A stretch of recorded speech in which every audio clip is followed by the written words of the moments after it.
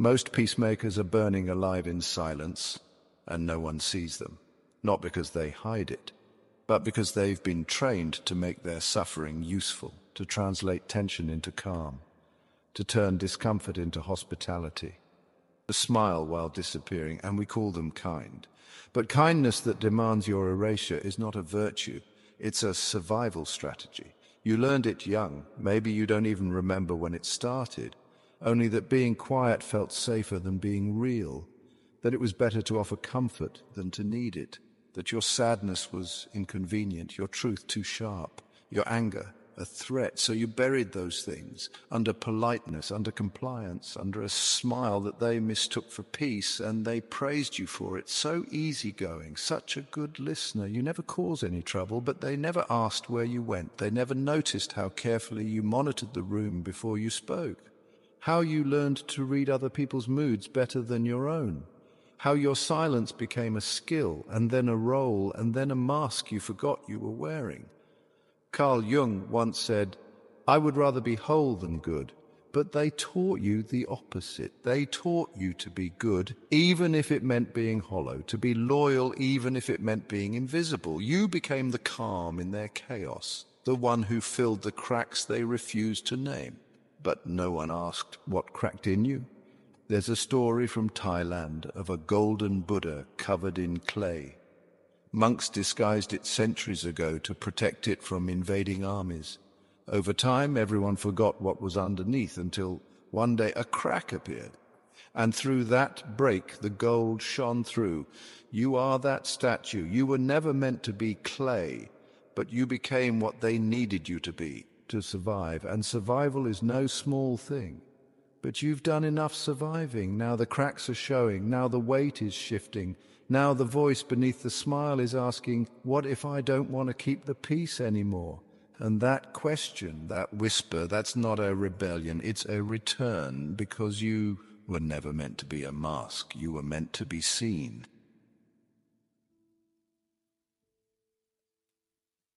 There's a silence that once protected you and now suffocates you and now suffocates you. You still say, "I'm fine," still answer the calls, still show up when your body's begging you to stop. You've trained yourself to be agreeable, not because it's who you are, but because it's who you had to become. You know how to soothe other people's tempers, how to diffuse tension with a joke, how to make your own discomfort disappear before anyone else notices. You've perfected the art of vanishing in plain sight, and they call it strength. But this isn't strength. This is self-abandonment with manners. You're tired, not from doing too much, but from feeling too little of your own life. There's a hollowness that creeps in when you're praised for disappearing, when your worth is measured by how little you need, how easy you are to love, and how small you're willing to become in exchange for staying close. You've become the one who makes the room safer for everyone except yourself, and still you're afraid to stop. Because stopping might mean seeing what's underneath the mask. It might mean feeling the rage you were never allowed to feel. The grief you were told was ungrateful. The needs you learned to shame before you even understood them. There's a word for this: enmeshment. When the boundaries blur so deeply, your nervous system can't tell where you end and someone else begins. Their mood becomes your responsibility. Their pain becomes your purpose. Their silence becomes your script. And still you say yes. Still you say it's okay, but your body disagrees. The tight jaw, the sleepless nights, the way you flinch when your phone lights up with their name. This isn't anxiety, it's memory. The memory of every moment you swallowed your truth to stay safe. Winnicott called it the false self, the version of you that formed not from who you are, but from who they needed. It's not a lie, it's a survival mechanism. But survival was never meant to become your entire identity. And now something is stirring beneath the performance, a deeper truth, a different voice, not the one that says, "Don't rock the boat," the one that says, "Swim," not the one that says, "Be grateful it wasn't worse," the one that says, "Even this was too much." And maybe, just maybe, you're starting to believe it. You start noticing the texts you retype but never send, the invitations you accept out of guilt, not joy, The way your laugh sometimes feels like a reflex instead of a release. These are not small things, they are proof that the part of you you thought was gone is still watching, still waiting. For the moment you stop calling this exile love and start calling it what it is. A life built on pleasing is not a life you get to live. So here's your line in the sand. You don't have to earn your rest. You don't have to explain your no. You don't have to apologize for needing something. Even if they never did, you are not selfish. You are resurfacing. And if that makes them uncomfortable, let it, because your silence was never peace. It was the cost of admission. And now you're walking out.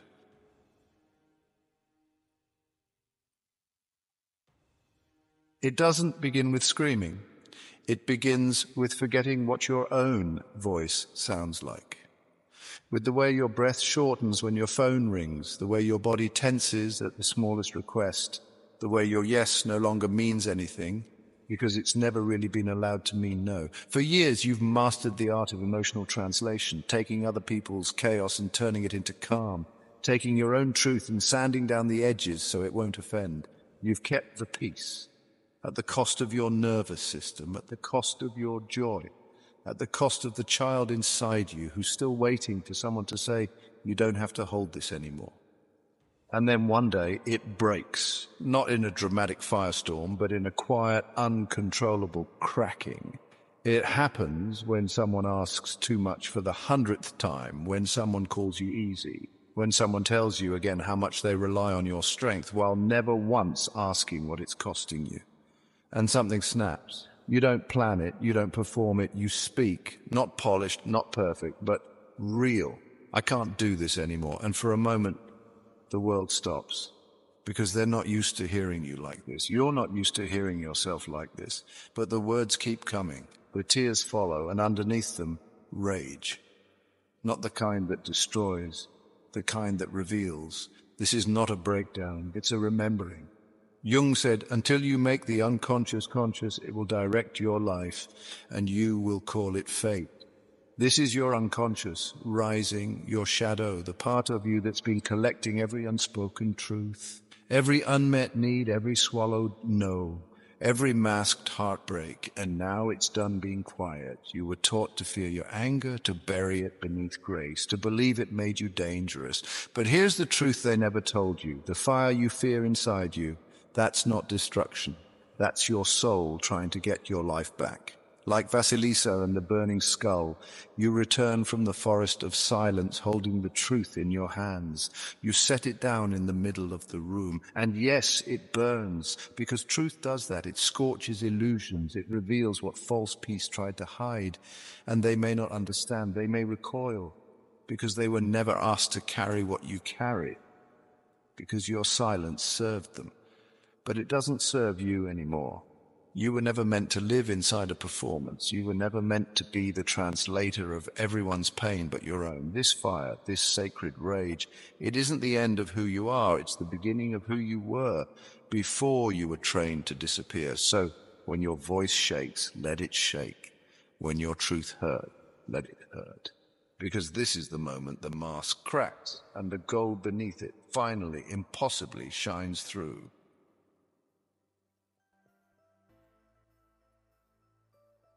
They'll say you've changed. Let them. They're not used to your boundaries. They're used to your silence, to the way you made space for their moods, to the way you absorbed tension like a sponge, to the way your kindness made you small, but not anymore. Because the fire didn't destroy you, it refined you. You no longer soothe what shouldn't be soothed. You no longer apologize before speaking. You no longer bend into versions of yourself just to be palatable. This isn't anger. This is clarity. This is the moment you stop trying to be good in a system that only loved you when you were obedient. The moment you stop calling betrayal love, you begin to say no, not in rage, in reverence, because every no is a yes to something sacred, to your breath, to your rest, to your life. You begin to disappoint the people who relied on your self-abandonment, and you survive it. You let go of the guilt they handed you. You stop answering the calls that ring with obligation. You stop returning to rooms that demand your silence as proof of your loyalty. This is what rebellion looks like when it's holy, quiet, steady, unapologetic. You're not burning bridges. You're walking away from ones you were forced to build alone. They might say, but you've always been the one we could count on. And you'll answer, yes, and now I'm counting on myself. There's an old story of the Selkie, a sea creature who came to land when she shed her seal skin. A man found her skin, hid it, and kept her as his wife. She bore children, she smiled, she lived, but her eyes always looked out to sea. And one day, when the skin was returned, she wrapped herself in it without apology and dove back into the water. Not because she didn't love what she'd made, but because she remembered who she was. You are that woman, that man, that soul. This rebellion is not against them, it's in honor of you. And not just you, you are breaking chains that were passed down like heirlooms. The silence of your mother, the resignation of your grandmother, the ache of the ones who never got to leave. They live in your blood, and now through you they're finding their way out. Estes wrote, "To be ourselves causes us to be exiled by many others, and yet to comply with what others want causes us to be exiled from ourselves." You've been in exile long enough. This sacred rebellion, it is not selfish, it is not cruel, it is not betrayal. It is belonging, finally, to yourself. So when they ask, what happened to you? Say, I stopped burning to keep everyone else warm. When they ask, why now? Say, because my silence was never peace, and I'm not willing to trade my wholeness for approval anymore. And when the fear returns, because it will, place your hand on your chest and say, I'm not here to play a role, I'm here to live a life. This is your line in this act. The child who learned to be quiet has spoken. The version of you they sculpted has stepped aside. And the real you, the one who remembers, the one who burns clean, the one who loves without disappearing, is here.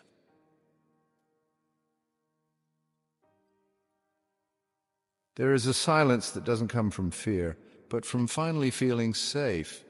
You're not who you were, the one who tiptoed around tension, the one who translated pain into patience, the one who turned disappearance into a skill. That version of you was genius, but she was built for survival. He was sculpted out of necessity. And now, you're learning to live, but before life can begin, you must go back. Not to the past, to the one you left there, the child, the one who sat at the edge of every explosion, trying to be small enough not to be noticed. The one who decided that love was conditional and silence was the cost. The one who grew up thinking their only worth was how easy they were to carry. You see them now, and this time you don't explain away what happened. You don't defend the ones who couldn't love you right. You kneel beside them and say, you shouldn't have had to earn safety. You shouldn't have had to parent your parent. You get to be a child now. You get to rest, and for the first time they believe you. Because now your love doesn't come with conditions. This is reparenting, not a concept, a reckoning. You become the mother you never had, the one who doesn't shame your boundaries, the one who doesn't turn your rage into a problem, the one who doesn't call your needs too much. You feed yourself. You say no and let it stand. You don't chase people who confuse love with obedience. You stop twisting your body, your tone, your joy to be digestible.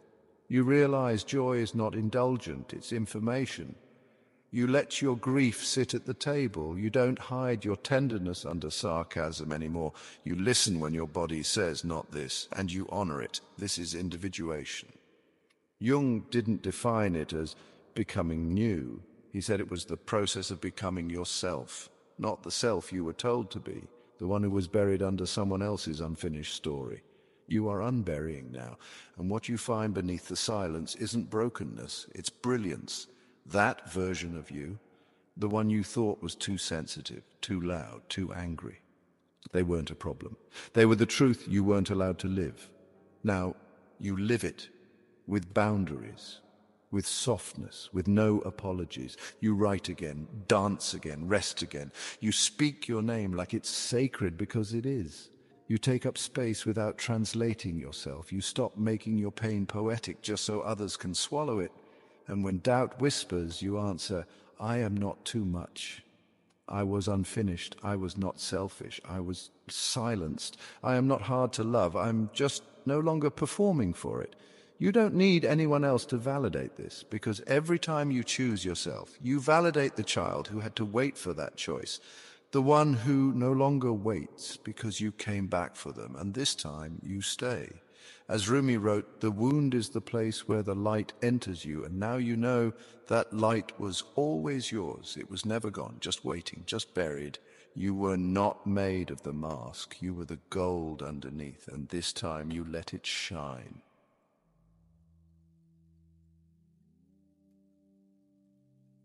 You don't return to who you were. You return to the one you became too afraid to be. The one who didn't smile to survive. The one who didn't apologize for needing space. The one who never learned to disappear just to stay loved. That version of you lives now, not beneath your skin, but inside your voice. You don't perform anymore. You don't adjust your volume based on who's listening. You don't hand out explanations like apologies. You walk into rooms without checking the temperature. You speak without watching their faces for signs of disapproval. You say no, and let it be a complete sentence. And yes, some people fall away. Let them. They were attached to your performance, not your presence. They loved the peacekeeper, the shapeshifter, the one who smiled while she bled. But you're not bleeding anymore. You're blooming. And blooming has a sound. It's the sound of doors closing gently, of laughter that doesn't ask permission, of rest that doesn't need to be earned. It's the sound of rage becoming clarity, of silence becoming strength, of truth becoming love. That's your new peace. Not the brittle quiet that came from self-erasure, but the warm, steady stillness that rises when you finally belong to yourself. You don't flinch when your phone rings. You don't over-explain when you cancel. You don't shrink in the presence of disappointment, because you know now being chosen means nothing if you have to disappear to stay picked. Being kind means nothing if you're betraying yourself to be it. Being loved means nothing if the love can't hold your truth. You are done being digestible. You are allowed to take up space, to make noise, to disappoint the stories they wrote about you. And when you disappoint them, you'll survive, because you're no longer surviving yourself. You stop burning to keep them warm. You stop bleeding to keep them whole. You stopped performing peace and started becoming it. You didn't just break the silence. You became the sound of your own life. And maybe, just maybe, that sound is loud enough now for someone else to hear themselves in it. So if this met you where you are, send it to the version of you who needed it years ago, or to someone who's still smiling to survive. And if you've carried words in your chest that no one ever let you say, leave them below. You don't owe anyone your silence anymore. But your truth, it might be someone else's permission slip, so speak it. This isn't just healing, this is reclamation, this is legacy. You broke the silence, and that silence broke the curse. Welcome home.